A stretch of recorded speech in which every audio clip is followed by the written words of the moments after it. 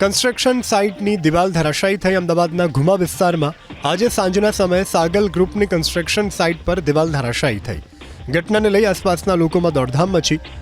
જો કે રાહતના સમાચાર એ કે આ દુર્ઘટનામાં કોઈ જાનહાનિ થઈ નથી. એબીપી અસ્મિતા સાથેની વાતચીતમાં દક્ષિણ પશ્ચિમ ઝોનના એસ્ટેટ ઓફિસરે દાવો કર્યો કે છેલ્લા ઘણા સમયથી જમીનની નીચે પાણીનું લીકેજ હતું. લીકેજના કારણે જમીન નબળી પડી જતા ધસી પડી હતી, જેમાં કોઈ જાનહાનિ થઈ નથી. ઘટનાને લઈને કન્સ્ટ્રક્શન સાઇટ સંચાલકને 50,000 રૂપિયાનો દંડ ફટકારાયો છે. કન્સ્ટ્રક્શન સાઇટની દિવાલ ધરાશાયી થઈ અમદાવાદના ઘુમા વિસ્તારમાં આજે સાંજના સમયે સાગલ ગ્રુપની કન્સ્ટ્રક્શન સાઇટ પર દિવાલ ધરાશાયી થઈ. ઘટનાને લઈ આસપાસના લોકોમાં દોડધામ મચી. જો કે રાહતના સમાચાર એ કે આ દુર્ઘટનામાં કોઈ જાનહાનિ થઈ નથી.